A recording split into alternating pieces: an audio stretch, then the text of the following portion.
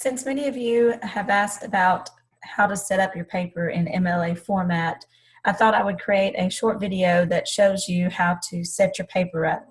Now, there are many different ways to do this. I may not go in the steps that you have been used to, and you don't have to follow these step by step, but as long as you do the different things that I'm going to show you, then your paper will be set up in the correct format. Now, I'm going to show you how to do it using Word. Google Docs is very much the same, but if you are struggling with that, you can always go to YouTube and type in, formatting a paper in Google Docs or formatting a paper in MLA format, and you will get a lot of these same steps there for you. The first thing I always do is I always change my font to Times New Roman or Arial, either one, and then make sure that you go to 12-point font. The next thing you would want to do is to make sure your paper is double spaced. So right here in this paragraph tool, scroll down to line spacing, hit double. Now, an important step that a lot of students forget is this checkbox. It asks that you not add any extra space between paragraphs. So whenever you hit the enter button or the return button, it doesn't give you an extra space. It just looks the same. How I know it's a new paragraph is you will hit the tab key to indent. All right, and then hit OK. The next thing you want to do is to do your heading. Now, there is a difference between a heading and a header. The heading is first off going to be your name. So you would type your name there. The next thing you would do is to put your instructor's name. So you can put Mrs. Truman, you can put professor or something, or you can put doctor or something, or instructor. It's up to you. Then the next thing you would do is put your class. Ours is English 1301, section W01. And then you would put your date. Now, MLA asks that you invert your date. So I'm not saying that you have to put the exact date the paper's due. So like if you were finished tonight, you could put 12 June 2017. I hit enter one time before my title. I don't scroll down and do it a lot. Then you would center your title and you would come up with a creative title. So don't type in narrative essay. That's too boring. Come up with something creative. If you were doing a paper on the scariest moment in your life, then you would, maybe you would call it something, something creative. All right, then you hit enter again. Now you're centered, so you don't want to center your paper. So you want to go back up here and do the left justified.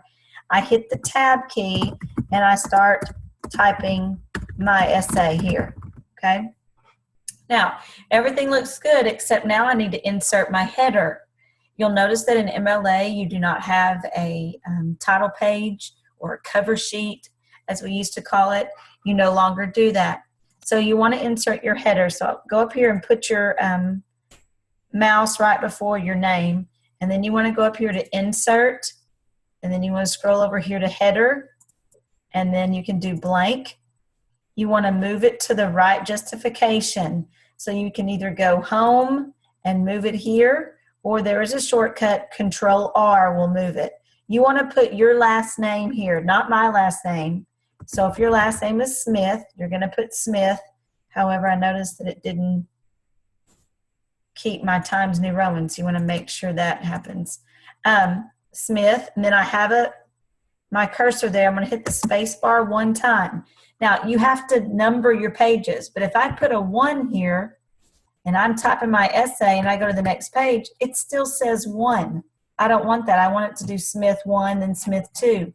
So up here, instead of putting a 1, you're going to go to page number, or if you're not on this screen, you can go to insert page number.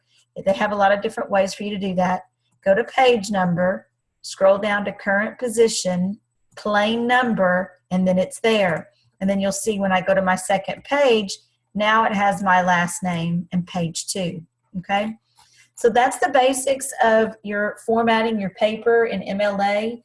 Your Little Brown Compact Handbook will have a tab section called MLA. If you look at the very back of that MLA tab, you will see a sample student paper. But this is what your paper should look like. So work on it. Don't forget that when you submit your paper to me by Wednesday night, you also have to submit it to turnitin.com. So make sure that you have looked at that. Don't wait till the last minute because you may have some problems. So try to get logged on to turnitin.com even now, even if you haven't finished your essay. So feel free to email me. Many of you have been emailing me questions. You're not bothering me. I'll be glad to help you in any way I can.